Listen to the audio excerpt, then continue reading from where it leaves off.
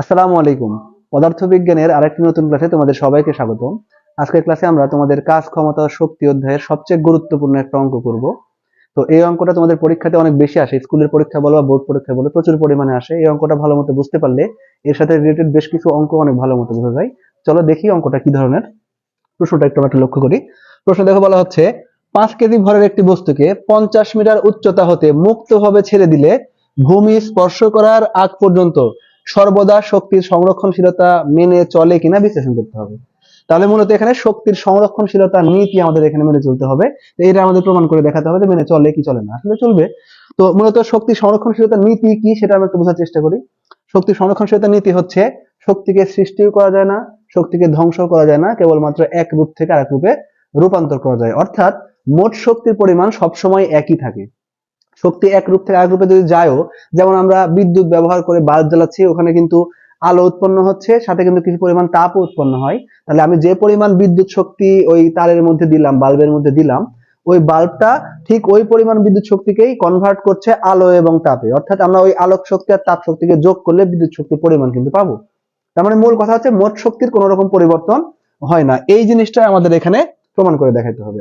তো এখানে যে ইনফরমেশন গুলো দেওয়া আছে সেগুলো আমরা একটু উঠাই নেব। এখানে কি কি দেওয়া আছে একটু দেখি।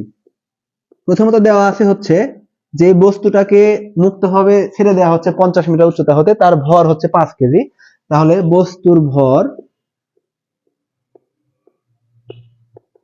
এটাকে আমরা এম দিয়ে প্রকাশ করলাম, 5 কেজি। তারপর সর্বোচ্চ যে মোট যে উচ্চতা সেটা কিন্তু আমাদের এখানে কত হচ্ছে, 50 মিটার। তাহলে এটাকে আমরা বস্তুর উচ্চতা হিসেবে লিখি।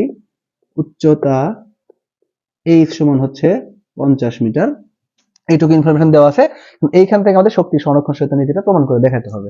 তাহলে এই জায়গাতে যখন একটা বস্তুকে মুক্ত হবে উপর থেকে ছেড়ে দেওয়া হলো, এখানে আমরা চিত্রটা এঁকে রেখেছি। দেখো যে এই মোট যে এসি মানে এ থেকে সি পর্যন্ত যে দূরত্ব বা উচ্চতা সেটা হচ্ছে 50 মিটার। আর এ থেকে বি এখানে আমরা আরেকটা বিন্দু নিচ্ছি যার দূরত্ব এখানে 20 মিটার। কারণ আমাদেরকে কিন্তু বলছে এখানে সবসময় শক্তি সংরক্ষণশীলতা নীতি মেনে চলে কিনা এটা দেখাতে হবে। তো এখানে এ থেকে সি পর্যন্ত কিন্তু অসংখ্য বিন্দু আছে। তো অসংখ্য বিন্দুতে তো প্রমাণ করা সম্ভব না। আমরা অন্তত 2 থেকে 3টা বিন্দুতে প্রমাণ করে দেখাবো মোট শক্তি পরিমাণ সমান। তো এই প্রমাণের স্বার্থে মূলত আমরা সর্বোচ্চ একটা বিন্দু এ ধরেছি, এটাকে মাঝখানের দিকে একটা বিন্দু নিয়েছি বি, এবং ভূমিতে যে বিন্দুটা সেটাকে আমরা ধরেছি হচ্ছে সি। তাহলে এ থেকে সি এর দূরত্ব 50 মিটার প্রশ্ন অনুসারে। আর বি যে বিন্দুটা আমরা নিচ্ছি সেটা আমরা দূরত্ব ধরে নিচ্ছি, এ থেকে বি এইটুকু দূরত্ব হচ্ছে আমাদের 20 মিটার। তাহলে আমি একটা চিত্রের মধ্যে লিখে রাখি। তোমাদের পরীক্ষায় চিত্র আঁকতে হবে এমন না, আঁকতে পারলে ভালো যদি সময় থাকে, না হলে চিত্র ছাড়াও করা যাবে। তবে তোমাদের বোঝানোর স্বার্থে আমি মূলত এখানে চিত্রটা এঁকে রাখছি। তো এখন দেখো, আমরা আগে শুরু করব একদম সর্বোচ্চ বিন্দু থেকে। এই সর্বোচ্চ বিন্দুতে মোট শক্তি পরিমাণ কত সেটা আমরা একটু বের করার চেষ্টা করব। তাহলে এই যে একটা বস্তু এখানে আছে, বস্তুটাকে মুক্ত হবে যদি পড়তে দিই, তাহলে এর মধ্যে দুই রকম যান্ত্রিক শক্তি পাওয়া যাবে। একটা হচ্ছে বিভব শক্তি আর একটা হচ্ছে গতি শক্তি। তাহলে এই দুই শক্তির সমষ্টি হচ্ছে মূলত মোট শক্তি। তাহলে আমরা একে একে বিভব শক্তি এবং গতি শক্তি বের করতে হবে এ বিন্দুতে। একটু আমরা দেখি। তাহলে এখানে আমরা লিখবো এ বিন্দুতে। তাহলে বিভব শক্তি যদি আমরা হিসাব করতে চাই, বিভব শক্তি যেটাকে ইপি বা পোটেনশিয়াল এনার্জি হিসেবে প্রকাশ করা হয়, সূত্র হচ্ছে এম জি এইচ। একটু লক্ষ্য করো যে ইপি সমান এম জি এইচ। এম মানে কি? এম মানে হচ্ছে যে বস্তুটা এখানে উঠানো ছিল 50 মিটার উচ্চতায় তার ভর, জি হচ্ছে অভিকর্ষ ত্বরণ, আর এইচ হচ্ছে ভূমি হতে বস্তুটার উচ্চতা। যেহেতু বস্তুটা এ বিন্দুতে আছে তাহলে ভূমি থেকে এর উচ্চতা কিন্তু মোট উচ্চতার সমান হবে, অর্থাৎ 50 মিটার হবে। তাহলে আমরা এখানে বসাই দিই। বস্তুর ভর হচ্ছে 5 কেজি, এটা হচ্ছে জি এর মান 9.8 এবং উচ্চতা হচ্ছে 50 মিটার। পাওয়া গেল হচ্ছে 2450 জুল। যেহেতু এটা একটা শক্তি, শক্তির একক কিন্তু আমরা জানি হচ্ছে জুল, তাহলে এখানে আমরা বিভব শক্তি পরিমাণ পেলাম হচ্ছে 2450 জুল। এখন লক্ষ্য করো, আমার কিন্তু গতি শক্তিও দরকার, তবে আমরা মোট শক্তি পাবো। যেহেতু মোট শক্তি মানে হচ্ছে বিভব শক্তি প্লাস গতি শক্তি। তাহলে এখন এই পয়েন্টে একটু চিন্তা করি যে এই যে আমাদের এ পয়েন্টটা আছে, এ পয়েন্টে যদি গতি শক্তি বের করতে চাই তাহলে এ পয়েন্টে এই বস্তুটার বেগ কত সেটা বের করতে হবে। তাহলে এখন লক্ষ্য করো, এখানে কিন্তু বস্তুটা কিন্তু মুক্ত হয়ে পড়ন্ত বস্তু হিসেবে উল্লেখ আছে। তাহলে মুক্ত হয়ে পড়ন্ত বস্তুর ক্ষেত্রে সর্বোচ্চ যে উচ্চতা সেখানে কিন্তু বস্তুর বেগ শূন্য হয়। তাহলে এইটুকুর জন্য আমরা লিখতে পারি এখানে যে সর্বোচ্চ উচ্চতায়, এখানে আমরা লিখি সর্বোচ্চ উচ্চতায় বস্তুর বেগ ভি সমান 0 মিটার পার সেকেন্ড। তাহলে এখন আমরা কি করব, এই উচ্চতায় মানে এ বিন্দুতে আর কি, তাহলে এ বিন্দুতে এখন গতিশক্তি বের করে ফেলি। সুতরাং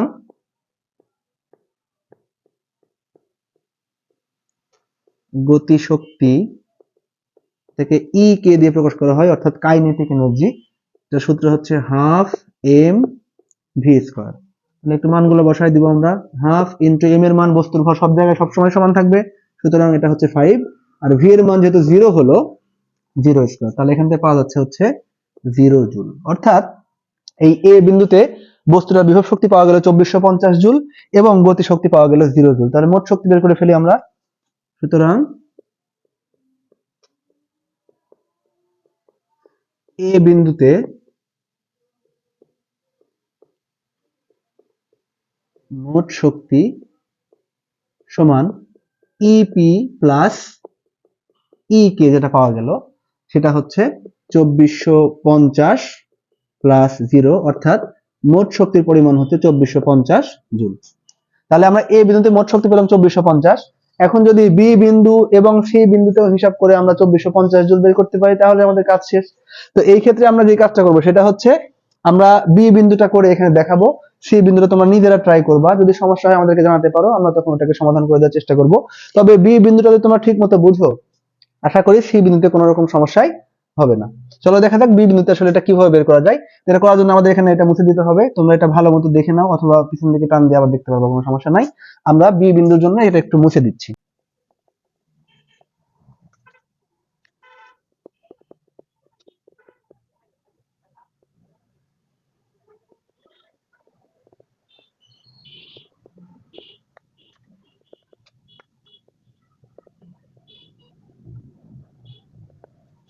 ওকে, চলো বি বিন্দুতে দেখি কি করা যায়। তো বি বিন্দুতে আমাদের মোট শক্তি বের করতে হলে এই বিন্দুতে বিভব শক্তি এবং গতি শক্তি দুইটা বের করতে হবে।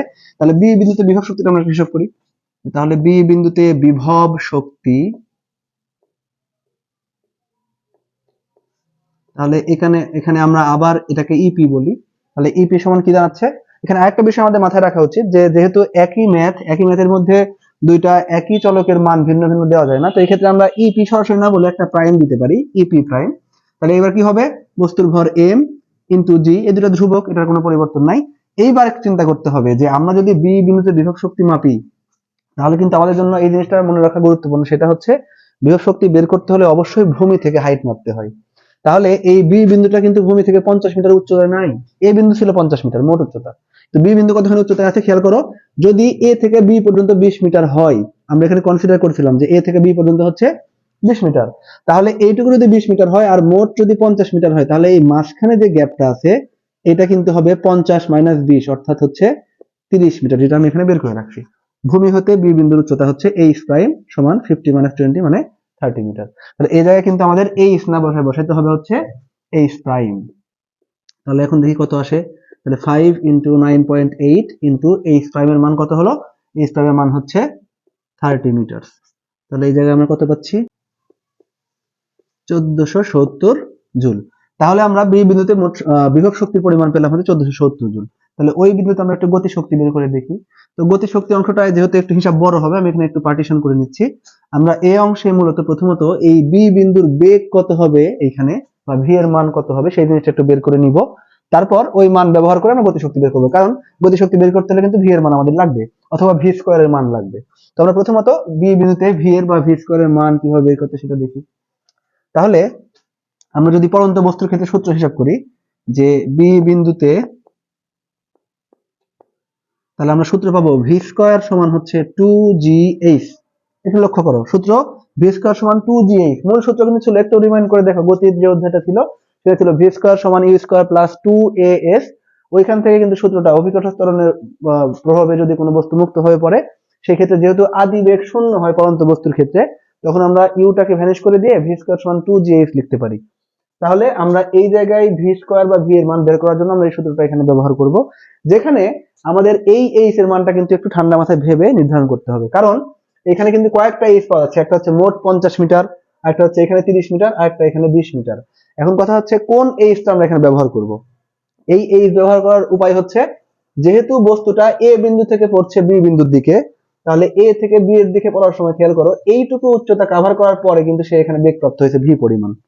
তাহলে যেহেতু এইটুকু উচ্চতার কারণে তার বেগটা প্রাপ্ত হয়েছে, সুতরাং এই ভি বের করার সময় যে এইচটা এখানে ব্যবহার হবে, সেই এইচ অবশ্যই উপরের এই অংশটা থেকে নিতে হবে। তাহলে এই অংশ কিন্তু আমরা ধরে রাখছিলাম যে এ বিন্দু হতে বি বিন্দু দূরত্ব হচ্ছে এইচ ডাবল প্রাইম, যেটা 20 মিটার। তাহলে এখানে আমরা এইচ সরাসরি না লিখে লিখবো হচ্ছে এইচ ডাবল প্রাইম। তাহলে কত পাচ্ছি এখানে আমরা 2 ইন্টু 9.8 ইন্টু হচ্ছে এখানে আমাদের কত ছিল 20 সমান সমান 392। এখানে কোনো একক লেখার প্রয়োজন নাই, এবং আমার মতে এখান থেকে ভি এর মান বের করার কোনো দরকার নাই। এর কারণটা হচ্ছে তুমি যখন এই সংখ্যাটাকে বর্গমূল করবা তখন একটা সংখ্যা পাওয়া যাবে, অনেক সময় অমূলক সংখ্যাও হয়ে যেতে পারে। তাও যদি না হয়, হয়তো বা দশমিকের পরে 5টা 7টা ঘর থাকবে, তুমি সেখান থেকে 2 ঘর বা 3 ঘর নিলা, নিয়ে ওইখানে গিয়ে আবার স্কোয়ার করলা, তাহলে আসন্ন মান বারবার নেওয়ার কারণে কিন্তু মানের বিচ্যুতি ঘটবে। যখন যে তুমি দেখতে পাবা যে শেষে গিয়ে যে আমরা মোট শক্তির পরিমাণ পাইছিলাম 2450 জুল, সেটা কিন্তু নাও মিলতে পারে, হয়তো কাছাকাছি যাবে, তখন তোমাকে প্রায় বলে চালা দিতে হবে। এই জন্য এই কাজটা অ্যাভয়েড করার জন্য মূলত আমরা কি করব, এই যে ভি স্কোয়ারের মান এটা আমরা এইভাবে রেখে দিব। কারণটা কি? কারণ গতিশক্তির সূত্রে কিন্তু ভি স্কোয়ারের মানটা দরকার, এই জন্য আমরা ভি এর মানটাকে বের করলাম না। তাহলে এখন আমরা কি করব, এখন লিখে দিই, এখন গতিশক্তি, অবশ্যই বি বিন্দুতে গতিশক্তি বের করছি আমরা। তাহলে ই কে প্রাইম, যেহেতু আমরা এ বিন্দুর বেলায় ই কে ধরছিলাম, তাহলে বি বিন্দুর বেলায় ই কে প্রাইম ধরলাম। তাহলে ইকুয়ালস হবে হাফ এম ভি স্কোয়ার। তাহলে হাফ আমাদের এখানে থাকলো, ইন্টু এম এর মান 5 ছিল বস্তুর ভর, আর ভি স্কোয়ারের মান কিন্তু এখানে দেখো 392। এই 392 আমরা এখানে বসাই দিলাম, 980 জুল। তাহলে আমরা এখান থেকে পাচ্ছি যে বি বিন্দুতে বিভব শক্তির পরিমাণ 1470 জুল, আর গতি শক্তির পরিমাণ হচ্ছে 980 জুল। তাহলে এই দুইটা শক্তিকে যোগ করে দিলে কিন্তু আমরা পেয়ে যাবো মোট শক্তির পরিমাণ। তাহলে সুতরাং মোট শক্তি মানে অবশ্যই বি বিন্দুতে মোট শক্তি, এটাকে আমরা কোনো কিছু প্রকাশ না করলেও সমস্যা নাই। তাহলে এখন বিভব শক্তি প্লাস গতি শক্তি, তাহলে বিভব শক্তির পরিমাণ ছিল হচ্ছে 1470 প্লাস গতি শক্তি হচ্ছে 980 এত জুল। এই দুইটাকে যোগ করে দিলে তুমি পেয়ে যাবে হচ্ছে 2450 জুল। তাহলে একটু খেয়াল করে দেখো, এ বিন্দুতে মোট শক্তির পরিমাণ ছিল হচ্ছে 2450 জুল, আবার বি বিন্দুতে মোট শক্তির পরিমাণ কিন্তু পেলাম হচ্ছে 2450 জুল। এখানে পৃথকভাবে যদি চিন্তা করি আমরা, গতি শক্তি এবং বিভব শক্তির পরিমাণ কিন্তু মানের মান কিন্তু পরিবর্তন হয়েছে, কিন্তু আমাদের পরিবর্তন হয়নি কি মোট শক্তির পরিমাণটা, যেটা ছিল মূলত হচ্ছে শক্তির সংরক্ষণশীলতা নীতি। তাহলে আমরা এখান থেকে লিখতে পারি, এখানে তাহলে আমরা মোট শক্তি যদি চিন্তা করি, ধরো আমরা ধরে নিলাম যে এই এ বিন্দুর যে মোট শক্তি সেটাকে আমরা ধরলাম হচ্ছে ই এ, আর বি বিন্দুর মোট শক্তি হচ্ছে ই বি। তোমরা এটা বোঝানোর জন্য যখন আমরা মোট শক্তিটা বের করছিলাম, তোমরা এখানে লিখেও রাখতে পারো, এটা হচ্ছে ই বি, আর এ বিন্দুর বেলায় তুমি লিখে রাখবে হচ্ছে ই এ। তাহলে এই দুটা যেহেতু সমান হলো, তাহলে আমরা এখন বলতে পারি সুতরাং এই ঘটনাটি শক্তির সংরক্ষণশীলতা নীতি মেনে চলে। সুতরাং ঘটনাটি শক্তির সংরক্ষণশীলতা